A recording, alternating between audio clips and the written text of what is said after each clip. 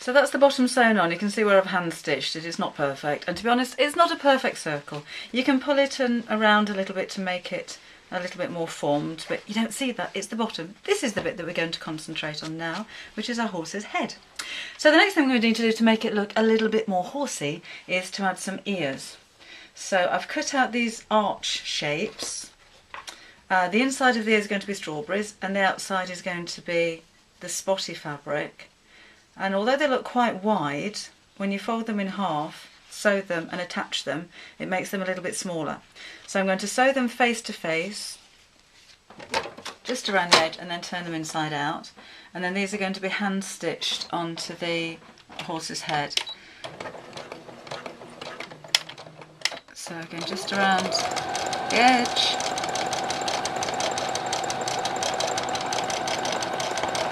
Into the point, pivot around and down the other side.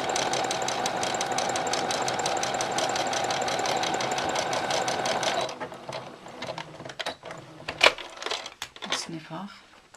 And this time, before I turn inside out, I'm going to cut across the top of the point, and that makes the point a little bit more pointy. I've already stitched the other one up. And cut off your excess threads. Turn them inside out, and again you can press if the iron's on. Mine's not, so I shan't. Up into that point. So with this being a cotton fabric, it's quite easy to crease it as you go, just using your fingers or the handle end of your scissors. Missed a little bit there, not a problem. I'll just go back again and sew over it. These things happen. So I just need to sew a little bit further in. I think this is the nice thing about not following a pattern. There's nothing set in stone to say this is the size it has to be, this is the way that it has to look. Oh, you got it wrong, you should have done it this way or that way. It's entirely freestyle, entirely up to you. And to be honest, I think the quirkiness adds a little bit of character to your project, particularly when you're talking about animals and characters like that. It's nice to have some personality. So those are my ears. What I will need to do is fold them up, or fold this hemline up. Don't need to sew it, but just fold that up and in. And again, put a crease mark across there, or iron it if you're using a fabric that won't crease very easily by hand. Just to stop the edges from fraying. Fold that in half. Oh, the other way, wasn't it? I'm having the spotty on the outside. Then I'm going to pin that in place where I think it should be. Now you notice already it's got no eyes, and it's only a bit of a kind of an upside down sock shape, but if you put the ears forward, he looks cross. And if you put them backward, he looks a bit dopey, he looks surprised. If you put them upright, he's ready for action. So I'm going to keep them upright. So it's surprising how little things like that can really change the personality of the character that you're making. So I'll pin that one in place first, and then do exactly the same on the other side. So if you had even longer ears, it could be a donkey. Make it even longer ears, you've got a rabbit. So again, fold in all the way around. If it's easier for you to sew that across on the machine, then you can do. But for speed's sake I shan't. And I just want to make sure that those are symmetrical, because he would look a little bit odd if they weren't exactly the same. So again, I'll pin those both in place, straight through into the head. And then I'm going to stitch them on by hand. Now then, I'm going to start at the back of the ear here, because if I just stitched across the bottom, his ear will flop over, then he would look like a rabbit. So I'm going to start just on the back of the ear here. Ear here.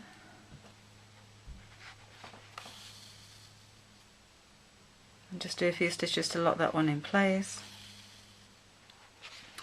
And then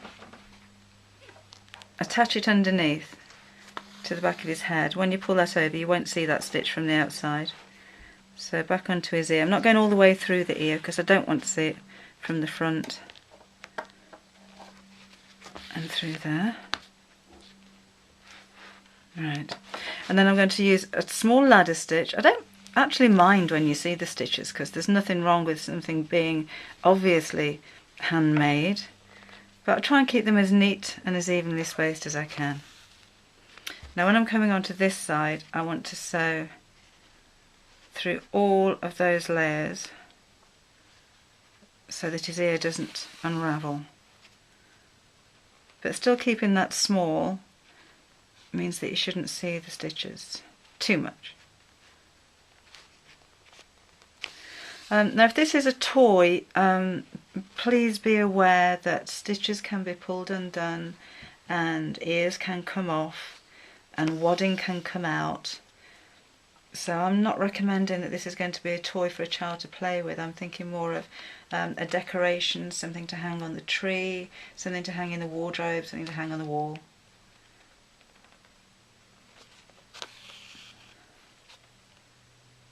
The tighter you pull those stitches and the smaller they are, the more invisible they become. Now I'm getting through quite a few layers of fabric here, so you might need a thimble.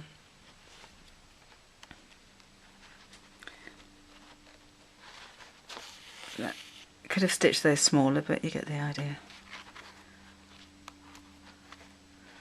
Keeping the ends neat together. The bits that you see, as long as the bits that you see are neat, it doesn't really matter what goes on underneath.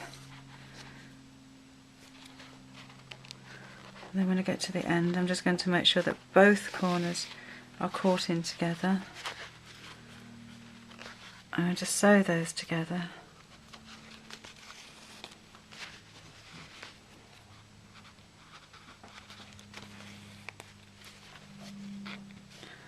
Back again into his head. And then just like with where I started with his ear, I'm just going to do a quick stitch about 1/4 of an inch up, just so it doesn't fold over. I want his ears to be proud and standing on end. Oh, there, that'll do. And then I'll do the same on the other side. Starting to look horsey now, isn't it? So his ears are sewn on. I'm going to put his eyes on now, and I'm simply going to glue those. I've cut out 2 ovals in felt, and then that's going to be an eyelid. And I've just used pinking shears because as I'm gluing this on instead of sewing, I don't want the fabric to fray, but it kind of looks a little bit eyelashy. Now while I've got my glue there, just for belt and braces sake, I'm just going to put a little blob at the back of each of those ears, because then these are definitely not going to come off. That glue is pretty permanent. And then to pop the eye on, glue all over the back of it, right up to the edge. And again, you can move this around for a second or two before it starts to adhere, but it's pretty permanent. I'm going to put that there. And then the eyelid just over the top to make him look a little bit dopey. So just glue again across the edge of here, and that goes across the top of the eyelid like so. Then I'm going to do exactly the same on the other side and try and keep this in exactly the same position.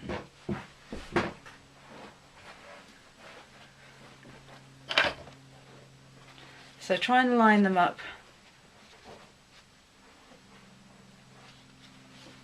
It looks pretty much the same. And then again apply the eyelid the same way. And keep that at the same angle again. So you probably won't see both eyes together, but if you do, it's nice to have them symmetrical. And then to give him a little bit of character, I'm just going to put a little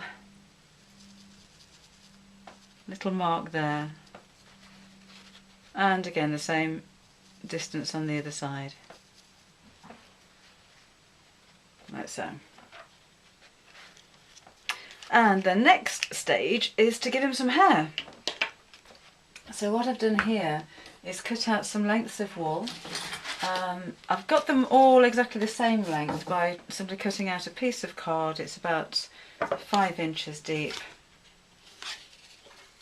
And then wrap your yarn around, and when it's full up, snip across the top, snip across the bottom, and your wool's all the same length. And I'll need to put some just here to make a fringe, and then the rest of it is going to go part way down the neck. So I'll attach the fringe first, and I'm going to hand sew this on again.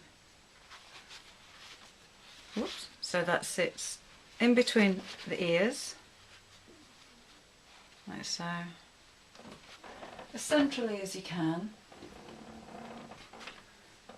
And then I'm going to back stitch just down the centre, trying to make sure that I get every one of those pieces of yarn as I'm sewing.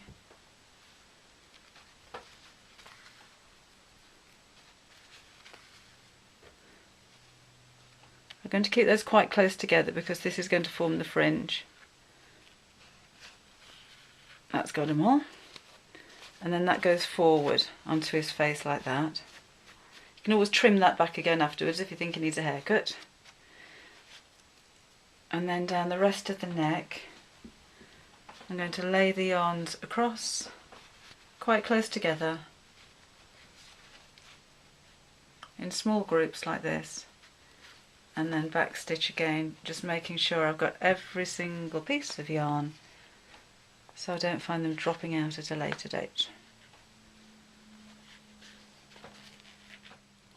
The only thing I'm going to finish off with is a drizzle of glue right the way down across the top of the stitches that I've just put in there, and that's going to do two things. It'll help keep the stitches in place, but if I fluff up the rest of his mane, then you don't see the stitches. And again, if you wanted to give that a trim back, then you can do, but I think he looks quite cute with a messy haircut. One of the final things to do is to put his doweling rod inside the neck. So I've just got a piece of doweling that's about 3/4 of an inch across, and that's going to go straight up inside here. So I want the hole in the bottom to be quite tight, which is why I'm using a stitch ripper instead of my scissors. So measure the centre if you want to. I'm just going to make a small hole, just big enough to put the doweling into. Not quite big enough. I don't want the hole to be too big because then it'll be loose. I want it to be nice and snug around the doweling. And I'm actually going to snip that into a cross shape.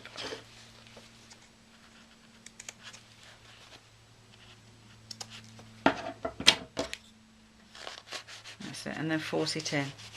Now it might be easier just to make a hole through the wadding, to use something sharp like the end of your scissors, and you can be quite toughy. You've got a lot of wadding to get through.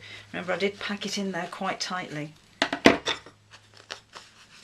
And then force your rod up inside there, making sure if you push too much of the wadding in that you pull it back down again so it's still nice and firm around the base. Make sure it's sitting in the centre. I mean, if you wanted to, you could paint the rod before you do that, would be an option. I quite like the natural look of the wood. And then just underneath where the hole is, because I cut it into the shape of a cross instead of cutting a circular hole, the edges of the fabric have all been tucked in, and I'm going to put a nice big squidge of glue. This will dry clear all the way around the bottom. And I could finish off by putting, because that looks quite messy, a piece of ribbon around there, and I think I should do exactly that, just so that you don't see the glue. And of course the ribbon will help to keep the fabric in place as well, because I'm going to put a bow around here anyway. So I'm just going to wrap that around there a few times. You could actually take the ribbon all the way down the pole. It'll look like a maypole. And again, a little bit of glue just to hold that in place. Now, because I put so much glue on there, that's going to take quite a while to dry. And I'll need to keep it quite upright so that it dries in a straight position, so it doesn't dry crooked. Just missed the end bit of the glue on there. Like so. So normally I'd leave that to dry now, but for time's sake I just want to really quickly finish off by putting on his harness, Reins. So I'm going to put one piece around his nose, and I'm only going to glue that in place just at the bottom, underneath his chin where you don't see the glue mark.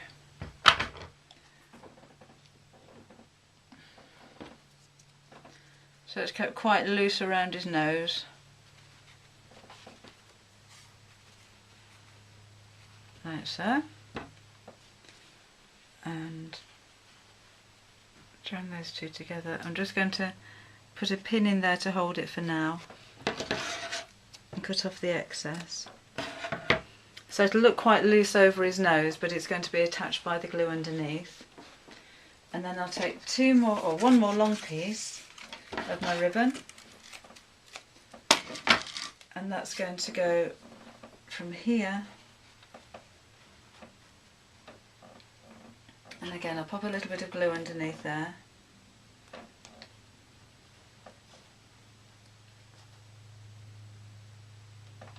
Open it.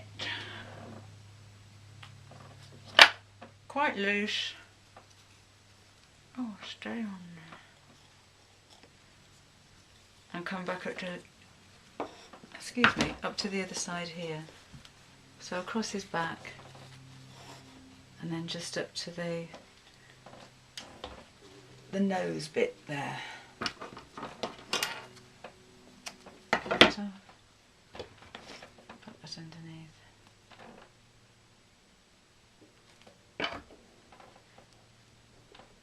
Well, trying to make sure that's even on both sides, and again I'll just hold that with a pin. Now I'm going to leave that to dry for now, so I can make sure that the pole is in there straight. I'll leave the pins to dry, and when it has dried, I'm going to just put a little button. I'll glue them on. Just put a little button over the edge of the two joins there, just to neaten it off. And then my hobby horse is finished. My decoration hobby horse is finished. If you really want to feel adventurous, you could maybe go for the full size.